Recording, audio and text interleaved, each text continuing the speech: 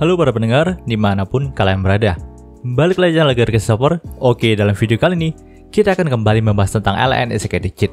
Dalam part sebelumnya, kita sudah mengetahui kalau Yuya itu sudah melawan monster misterius yang hanya bisa dikalahkan oleh aura ungu miliknya. Selain itu, Yuya juga telah bertemu kembali dengan Tenjo Kuya, sang leluhur dari Yuya sendiri, yang terkurung dalam sebuah gulungan kuno tempat di mana harta kakeknya itu disimpan. Dalam part kali ini, panel cerita pun masih berfokus kepada pertemuan antara Yuya dan juga Kuya. Setelah beberapa perbincangan dan sajian makanan, akhirnya Kuya ini sudah cukup mengetahui nih soal situasi dunia ini. Namun di sini yang masih belum dia mengerti adalah kenapa hanya Yuya sajalah yang menjadi keturunannya di tempat ini. Kemana semua keturunan dirinya yang lain? Tentu Yuya pun sempat terdiam saat ingin menjawab pertanyaan dari Kuya tersebut. Mengingat dia dan keluarganya saat ini tidak akrab lagi. Bahkan kedua orang tuanya sendiri telah mengusirnya dan tidak menganggapnya sebagai anak. Melihat hal itu, tiba-tiba aja sebuah cahaya ungu di mata Kuya pun langsung muncul. Lalu ia pun berkata nih, sepertinya dia tahu kenapa tidak ada keturunannya selain Yuya di tempat ini. Itu dikarenakan Yuya telah ditinggalkan oleh semua keturunannya yang lain. Tentu, Yuya pun sangat terkejut dengan perkataan dari Kuya. Kenapa dia bisa tahu padahal Yuya sendiri belum membuka mulut tentang hal itu. Di sini Kuya pun berkata, kalau memang dulunya dia adalah penyihir terkuat di zaman Heian. Dia itu telah mengalahkan semua entitas berbahaya termasuk yokai paling mengerikan di Jepang saat zaman itu. Jadi untuk melihat apa yang sudah terjadi dalam hidupnya Yuya itu bukanlah suatu masalah besar bagi dirinya. Di sini Kuya itu tahu kalau sudah banyak sekali hal yang terjadi dalam hidupnya Yuya. Dia sangat bersimpati kepada Yuya. Namun, yang membuatnya heran adalah kenapa Yuya itu tidak gendut seperti dirinya ya. Di sini sambil menggaruk pipinya, Yuya pun berkata kalau ada beberapa hal yang terjadi juga sehingga tubuhnya ini jadi seperti ini dan tidak gemuk lagi. Mendengarkan hal itu, Kuya pun langsung menyipitkan matanya dan berkata nih kalau dia sedang men-scan tubuhnya Yuya. Dan benar saja memang nih ada beberapa hal yang terjadi dalam tubuhnya Yuya secara tidak biasa.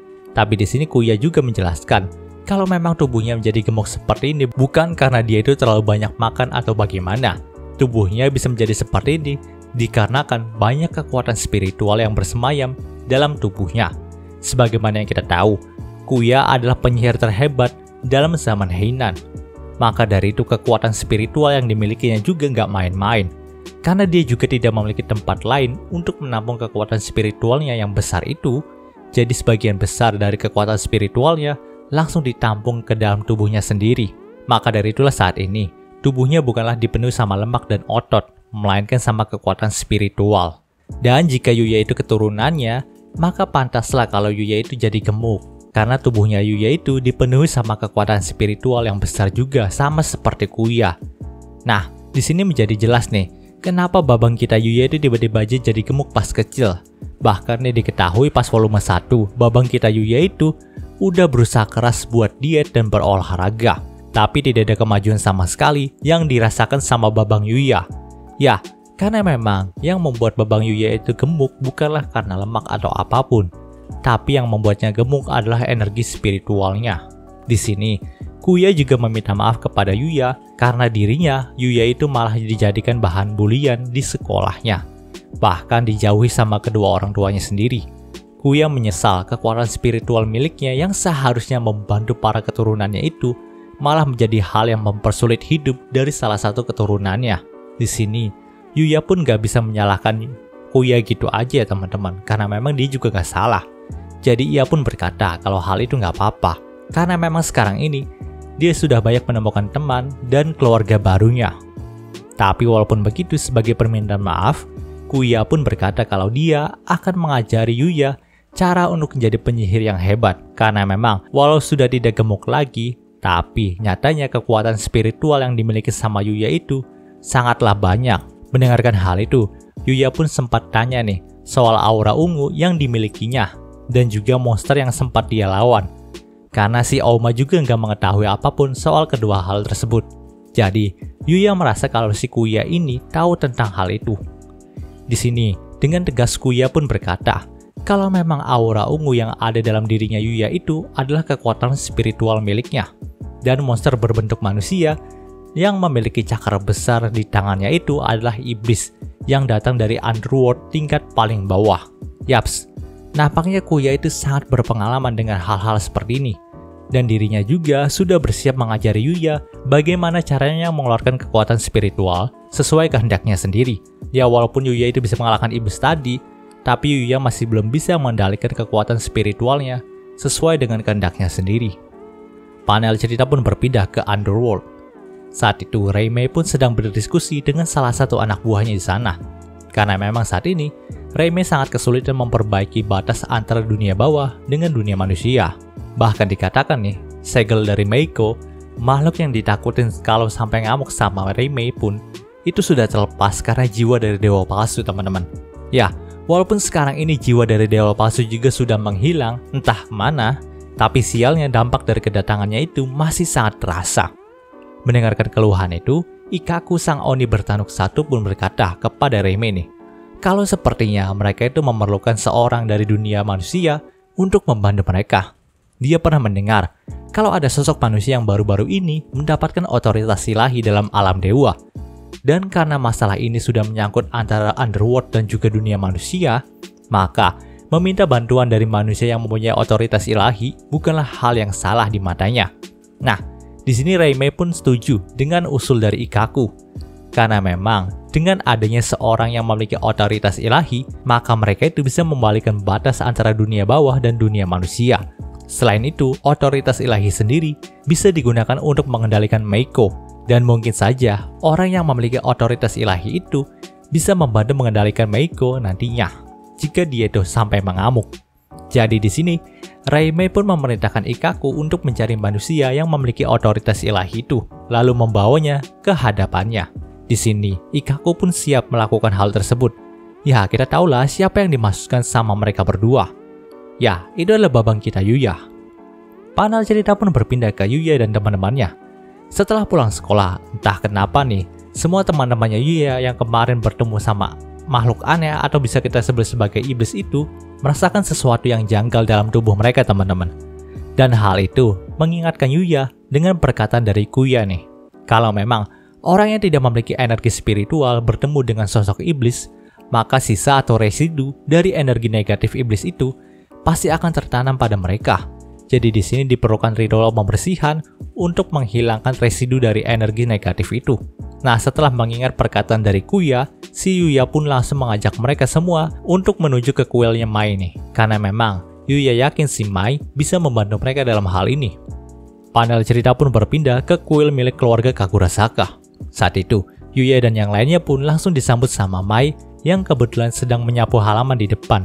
Pas melihat kedatangan dari Yuya dan yang lainnya, Mai itu udah punya firasat kalau memang Yuya itu pasti terlibat dalam sebuah masalah aneh lagi kan. Maka dari itu dia datang ke sini. Mendengarkan hal itu, Yuya pun hanya bisa tersenyum masam nih. Tapi suasana itu pun langsung dirubah karena kedatangan dari Rexia dan Luna. Mai cukup terkejut nih ketika tahu mereka berdua ada di sini. Jadi Yuya pun menjelaskan kalau memang untuk saat ini Rexia dan Luna akan tinggal di bumi dan bersekolah di Akademi Osei bersama dirinya. Ya, itu adalah sebuah hal yang mengejutkan. Tapi terlepas dari itu semua, Mai pun langsung mengarahkan mereka ke tempat penyucian setelah mendengarkan kisah kalau mereka itu bertemu dengan iblis dan ingin disucikan kembali. Benar saja teman-teman. Saat itu entah kenapa jimat dan ritual pembersihan yang dilakukan sama Mai membuat tubuh Yuya dan yang lainnya itu kembali enteng lagi. Nah, di sini Yuya dan yang lainnya pun sempat tanya ke Mai nih tentang alasan apa orang sering datang ke sini. Mendengarkan hal itu, Mai pun berkata kalau memang orang-orang datang ke kuilnya ini biasanya mereka itu berdoa untuk mencari jodoh. Karena memang kuil mereka ini adalah kuil perjodohan. Tentu baik Lexia, Kaori, Luna, Mer, Kaede, Rin, dan Yukine pun langsung antusias. Karena memang itulah yang ditunggu sama mereka. Mereka bahkan langsung berkata kepada Mai tentang bagaimana cara mereka itu bisa bersatu dengan orang yang mereka sukai. Mendengarkan hal itu, Mai pun mengubah ekspresinya menjadi masam nih. Karena dia tahu semua cewek di sini berharap untuk bisa jadi pacarnya Yuya kan. Terlepas dari itu semua, Mai pun langsung mengarahkan mereka kepada tempat untuk mengambil omikuji teman-teman. Nah, omikuji adalah sebuah ramalan keberuntungan teman-teman, kayak jimat ramalan gitulah. Tapi karena kuilnya Mai ini adalah sebuah kuil perjodohan, maka ramalan keberuntungan di sini juga mengarah kepada perjodohan teman-teman. Dan gregetnya nih, semuanya itu hanya mendapatkan ramalan keberuntungan yang sedang saja. Lalu dalam tulisan omikuji mereka itu diminta untuk lebih berusaha lagi dalam mendekati orang yang mereka sukai. Nah, pas giliran Yuya mengambil omikujinya, dia itu malah mendapatkan gambar tanda tanya di omikujinya. Bahkan, dalam penjelasan omikujinya juga tertulis kalau dewa-dewa di Jepang itu penasaran dengan keberuntungan perjodohan dari Yuya sendiri. Ya, entah kenapa dewa-dewa di sini tidak bisa meramalkan Yuya, teman-teman. Dan hal yang gak masuk akal juga kembali menimpa Babangita Yuya. Selain itu, mereka juga coba peruntungan untuk melemparkan koin dari satu ujung kolam ke ujung lainnya. Mai berkata kalau hal itu berhasil, maka mereka bisa mendapatkan keberuntungan dengan orang yang mereka cintai. Dan gregetnya hanya Yuti lah orang yang berhasil melakukannya, karena Lexia sendiri tidak bisa mencapai ujungnya. Sedangkan untuk Luna, koin yang dia lemparkan itu malah disamber sama kucing. Dan untuk Kaori sendiri, entah kenapa semua koin yang dilemparkan malah mengarah kepada teman-temannya yang ada di belakangnya, dan bukannya ke ujung sisi kolam yang lain gitu. Nah, untuk yang terakhir adalah keberuntungan bila mana seseorang wanita melewati celah sempit di antara kedua pohon besar di sana. Nah, semuanya pun berhasil melakukan hal itu kali ini, dan hanya Kaede lah yang tidak berhasil. Hal itu dikarenakan kedua gunung Kaede itu terlalu besar untuk melewati kedua celah dari pohon tersebut. Dan entah kenapa nih, semua cewek yang berhasil melewati celah tadi itu malah merasa kalah karena melihat alasan Kaede itu gagal melewatinya. Ya, mereka iri melihat gunung Kaede yang begitu. Dan cerita di part ini pun berakhir. Oke, mungkin itu pembahasan singkat untuk Isekai Decenja kali ini. Jika kalian suka video ini, jangan lupa untuk like, comment, dan subscribe, dan juga share agar gue lebih semangat lagi dalam membuat video dalam channel ini. Terima kasih telah mendengarkan sampai detik ini. Gue Gary Christopher, signing off.